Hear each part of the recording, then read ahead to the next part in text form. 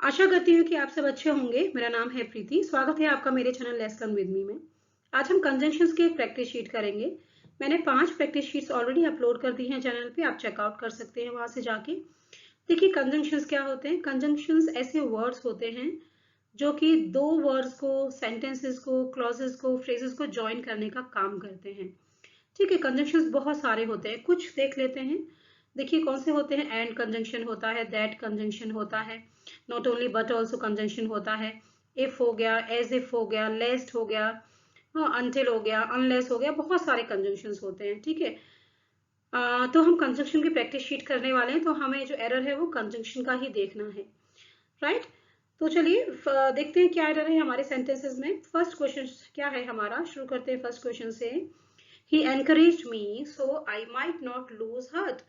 अब देखिए सेंटेंस कह रहा है उसने मुझे एंकरेज किया, उसने मुझे एंकरेज किया ताकि मैं जो हूँ अपना हौसला ना हार सकूं।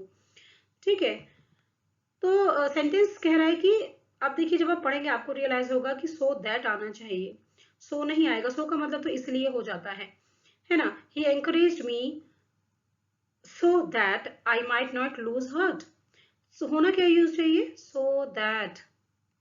सो दैट यहाँ पे करेक्ट कंजंक्शन है जो यूज होना चाहिए। राइट, क्योंकि जो सो है वो करेक्ट नहीं बैठता है यहाँ पे। सेंटेंस होगा he encourage me so that I might not lose heart. So is incorrect है, एरर हमारा थर्ड पार्ट में है। क्वेश्चन नंबर 2 पे आते हैं। I do not doubt if he was there. देखिए इफ यूज हुआ है। इफ कब यूज होता है, इफ यूज तब करते हैं इस तरीके के सेंटेंस में जब आपको डाउट हो, जब आपको शंका हो, जब आप सर्टेन ना हो, कंफर्म ना हो, श्योरिटी ना हो किसी बात की, तब हम इफ यूज करते हैं। लेकिन अगर आप किसी चीज के बारे में सर्टेन है तो आप उस केस में दैट का यूज करेंगे। सेंटेंस पढ़ेंगे, आई डू नॉट डाउट मतलब मुझे कोई भी शंका नहीं है। I do not doubt that he was there. That use होना चाहिए यहाँ पे। I do not doubt that he was there correct answer है। क्वेश्चन नंबर 3 पे आते हैं। He is known not only for his riches but also for his wisdom. देखिए यहाँ पे क्या कंजंक्शन है, नॉट ओनली बट ऑल्सो। बिल्कुल ठीक यूज हुआ है, को रिलेटिव कंजंक्शन है जो पेयर्स में यूज होते हैं। नॉट ओनली हमेशा बट ऑल्सो के साथ पेयर होता है और कोई एरर नहीं है, सेंटेंस पूरी तरीके से करेक्ट है। क्वेश्चन नंबर 4 है। I want her to study science because she will have a better chance. देखिए अगर आप देखेंगे तो बिकॉज जो है वो इनकरेक्ट है यहाँ पे। क्यों इनकरेक्ट है, क्योंकि जो बिकॉज होता है उसका यूज तब होता है जब आप कोई प्राइमरी रीजन दे रहे होते हैं, सिग्निफिकेंट रीजन है कोई। ठीक है, और या फिर आप कह लीजिए ऐसी कोई आप बात बता रहे हैं जो बिल्कुल नई है या पता ही नहीं है पर्सन को। आप कुछ बिल्कुल नई सी बात बता रहे हैं जो अननोन है पर्सन के लिए। सेंटेंस कहता है कि मैं चाहता हूँ कि वह साइंस स्टडी करे ताकि उसके पास बेटर चांसेस हों, है ना, बेटर ऑप्शंस हों उसके पास। तो ये तो बड़ी नॉर्मल सी बात है, इसीलिए किसी को बोला जाता है कि साइंस पढ़िए आप, तो सो दैट यूज होना चाहिए। I want her to study science so that she will have a better chance. Question number 5 पे आते हैं। He asked that how long you would be absent. Okay, देखिए यहाँ क्या है, सेंटेंस को ध्यान से आप पढ़िए, आपको पता चलेगा कि यह इनडायरेक्ट सेंटेंस है। ओके, इनडायरेक्ट स्पीच है।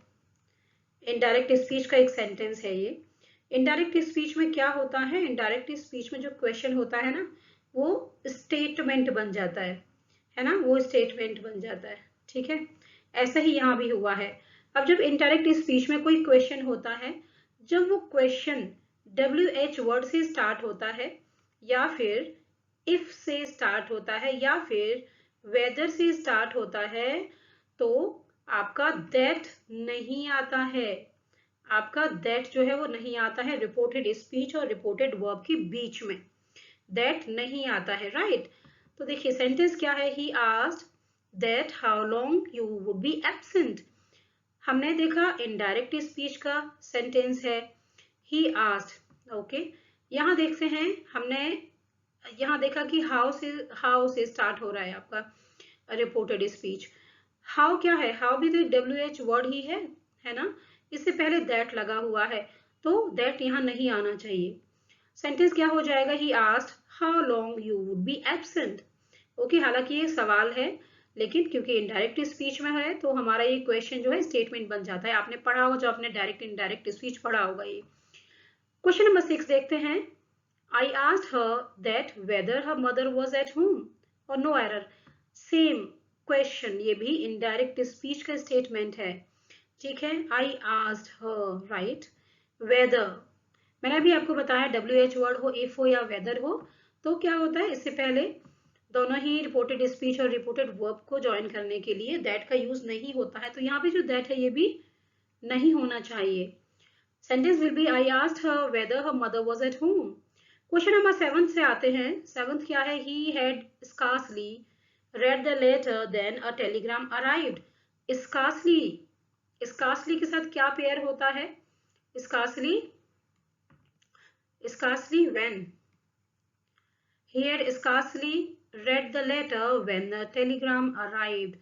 सो यहाँ देन नहीं होना चाहिए। इसी तरीके के एरर जो है वो पूछे जाते हैं, कोरिलेटिव कंजंक्शंस के एरर बहुत कॉमनली पूछे जाते हैं। ठीक है, स्कार्सली व्हेन, तो आपको ये पेयरिंग कंजंक्शंस जो है लर्न करने पड़ेंगे। क्वेश्चन नंबर 8 है, you will do nothing till you are lazy. Okay okay, sentence कह रहा है कि यू विल डू नथिंग, तुम कुछ भी नहीं करोगे जब तक कि तुम क्या हो, तुम आलसी हो। तो टिल नहीं यूज होना चाहिए, टिल जो है टाइम बताता है। ठीक है, टाइम की बात नहीं हो रही है यहाँ पे। आप कह सकते हैं कि as long as, as long as soon as, ये भी कंजंक्शंस होते हैं। सेंटेंस क्या हो जाएगा, you will do nothing as long as you are lazy, तो till नहीं यूज होगा यहाँ पे, राइट। क्वेश्चन नंबर 9 है, he has no brother nor sister। nor की पेयरिंग किसके साथ होती है, यहाँ नो यूज हुआ है, नो के साथ नॉर की पेयरिंग नहीं होती कभी भी। सेंटेंस जो है वो कह रहा है ना तो तुम्हारा ब्रदर है ना ही तुम्हारी सिस्टर है, तो सेंटेंस होता है neither nor, neither nor. Sentence है he has neither brother nor sister, no नहीं आना चाहिए, नीदर होना चाहिए इसकी जगह। अगेन कोरिलेटिव कंजंक्शन है, लर्न कर लीजिए। इसी तरीके से पेयरिंग में एरर पूछा जाता है। क्वेश्चन नंबर 10 है, it is extremely doubtful that he will succeed in his work। okay, it is extremely doubtful। अब देखिए, मैंने आपको बताया था if और that के बारे में। ये डाउटफुल की बात है, तो क्या है, सर्टेनिटी नहीं है, श्योरिटी नहीं है। जब श्योरिटी नहीं होती है तो क्या आप यूज करते हैं, आप इफ का यूज करते हैं, तो यहाँ दैट नहीं यूज होना चाहिए, इफ यूज होना चाहिए, है ना। सेंटेंस क्या हो जाएगा, it is extremely doubtful if he will succeed in his work, in this work, right. Question number 11 है, unless she goes by air she will reach soon। सेंटेंस ही गलत है। क्यों गलत है, क्योंकि अनलेस में तो नेगेटिव लगा है, ऑलरेडी नॉट है ना इसके अंदर। सेंटेंस कह रहा है कि जब तक कि वह एयर से, जब तक कि वह हवाई जहाज से नहीं जाएगी, शी विल रीच सून, वह जल्दी पहुंच जाएगी, तो सेंटेंस तो इनकरेक्ट हो गया, है ना। तो क्या यूज होना चाहिए इसकी जगह, फिर सेंटेंस नहीं हो सकता है ऐसे कि अगर वह हवाई जहाज से जाएगी तो जल्दी पहुंच जाएगी, अगर यूज होना चाहिए। अगर के लिए क्या यूज होता है, if she goes by air she will reach soon, तो जो अनलेस है ना वो यहाँ पे गलत यूज हुआ है। क्वेश्चन नंबर 12 है, I shall not go except you permit me. Except you permit me, क्यों, एक्सेप्शन वाली कोई बात नहीं है।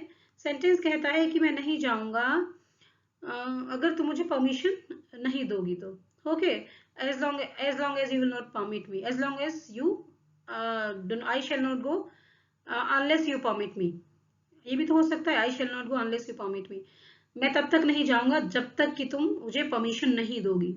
तो क्या यूज हो सकता है, अनलेस। देखिए, जो अनलेस होता है ना, जो अनलेस होता है वो नेगेटिव होता है, और जनरली ये जो है कंडीशन के लिए यूज होता है। कंडीशन जो होती है, कंडीशन ये है कि जब तक परमिशन नहीं मिलेगी मैं नहीं जाऊंगा, राइट, क्लियर। तो सेंटेंस क्या हो जाता है, I shall not go unless you permit me. Question number 13 पे आते हैं। क्वेश्चन नंबर 13 क्या है, immediately the principal finished his speech I started reciting my poem.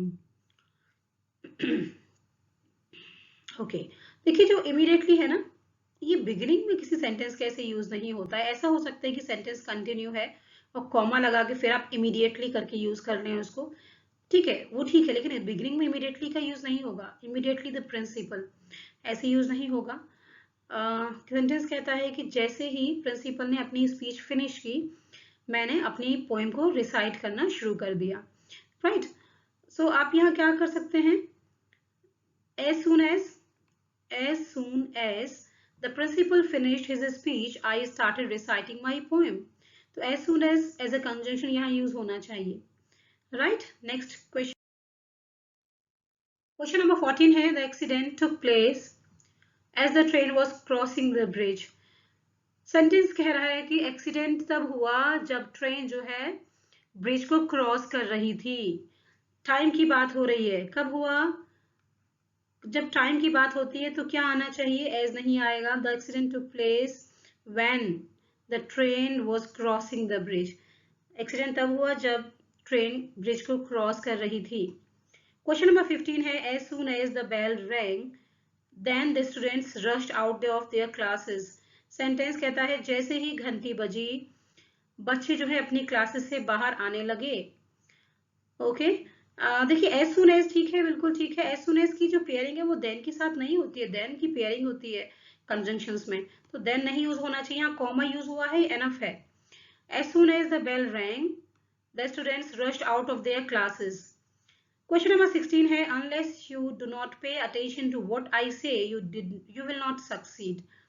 Okay, sentence क्या कहता है, अनलेस यू डू नॉट पे। देखिए मैंने भी आपको बताया जो अनलेस होता है ना, ये खुद में नॉट लिए हुए होता है, नेगेटिव शब्द होता है खुद से। अब जब ये ऑलरेडी नेगेटिव है तो आप यहाँ नॉट नहीं लगाएंगे, यहाँ नॉट कैसे आ जाएगा, ठीक है, यहाँ नॉट नहीं आएगा। सेंटेंस क्या होना चाहिए, unless you pay attention, do not जो है वो गलत है। Unless you pay attention to what I say you will not succeed. जब तक कि तुम मैं जो कह रहा हूं उस बात पे ध्यान नहीं देते हो, तब तक तुम सक्सीड नहीं होगे, तब तक तुम सफल नहीं होगे, क्योंकि अनलेस ऑलरेडी नॉट होता है तो दोबारा उसके साथ नॉट यूज नहीं होगा। क्वेश्चन नंबर 17 है, no sooner did the chairman begin speaking some participants started shouting slogans.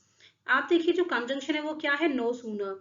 No sooner के साथ जो पेयरिंग कंजंक्शन है वो कौन सा होता है, देन होता है। No sooner than, no sooner than, ऐसे लर्न कर लीजिए, नो सूनर देन। अब देन आना चाहिए, यहाँ पे कॉमा के बाद देन आना चाहिए, इसके साथ सेंटेंस होना चाहिए, no sooner did the chairman begin speaking then some participants started shouting slogans. जैसे ही चेयरमैन ने बोलना शुरू किया वैसे ही कुछ पार्टिसिपेंट्स ने स्लोगन जो है शाउट करना शुरू कर दिया। क्वेश्चन नंबर 18 है, not only it is our duty to support our parents but also to respect them. देखिए नॉट ओनली के साथ बट ऑल्सो की पेयरिंग बिल्कुल ठीक है, लेकिन ये नॉट ओनली जो है यहाँ नहीं आना चाहिए, कहीं और आना चाहिए। देखते हैं sentence, it is our duty, यहाँ इट इज आवर ड्यूटी से सेंटेंस शुरू होना चाहिए, इसको आना चाहिए यहाँ, it is our duty not only to support our parents but also to respect them, right. तो नॉट ओनली को इधर आना चाहिए और इट इज आवर ड्यूटी से सेंटेंस को शुरू होना चाहिए। ओके, क्वेश्चन नंबर 19 है, when the police approached him he held up both he held up both his hands to show that he was surrendering। देखिए यहाँ पे ना he held up his both hands नहीं, यहाँ हो जाना चाहिए इसको। सेंटेंस पढ़िए आपको पता चलेगा, छोटा सा एरर है। when the police approached him he held up both his hands, अपने दोनों हाथ, both his hands to show that he was surrendering। Okay, question number 20 है, स्कार्सली, स्कार्सली आया है। देखिए अब स्कार्स के साथ पेयरिंग किसकी होती है, स्कार्सली व्हेन, स्कार्सली व्हेन ऐसे याद रख लीजिएगा। Scarcely we had finished observing this. Okay, देखिए बिगिनिंग में ही गलत हो गया, क्यों हो गया, एक्चुअली क्या होता है, इसका जैसे आपका जो कंजंक्शन हो गया, आपका जो कंजंक्शन है स्कार्सली है, स्कार्सली के बाद स्कार्सली हेड आता है हमेशा, स्कार्सली हेड के साथ आता है, स्कार्सली के साथ ऑक्सिलरी वर्ब आएगी आपकी, जो ऑक्सिलरी वर्ब है वो क्या है, ये वाली है। Scarcely had we finished observing, इसको इधर आना चाहिए। Scarcely had we finished observing this when, देखिए व्हेन तो बिल्कुल ठीक है, when we were surprised by about a dozen of the old birds jumping in the most unsafe and funny manner towards the sea, बिल्कुल ठीक है, right, बिल्कुल ठीक है सेंटेंस। तो ये सारे छोटे छोटे एरर्स होते हैं। 20 क्वेश्चंस मैंने लिए थे इस वर्कशीट में, यहाँ वर्कशीट खत्म हो जाती है। अगर आपको अच्छी लगी है तो लाइक सब्सक्राइब जरूर करिएगा, थोड़ा सपोर्ट करिए, अपने फ्रेंड्स में शेयर करिए। मैंने 160 वर्कशीट प्रैक्टिस शीट से वर्कशीट्स कह लीजिए अपलोड कर दी है अपने चैनल पे, डिफरेंट टॉपिक्स की हैं। अगर आप स्टूडेंट हैं तो भी आपके लिए काफ़ी हेल्पफुल हैं। अगर आप किसी कंपटीशन की तैयारी कर रहे हैं तो भी आपके लिए बहुत हेल्पफुल हैं। तो चलिए फ़ायदा उठाइए। Thank you very much, have a good day and bye.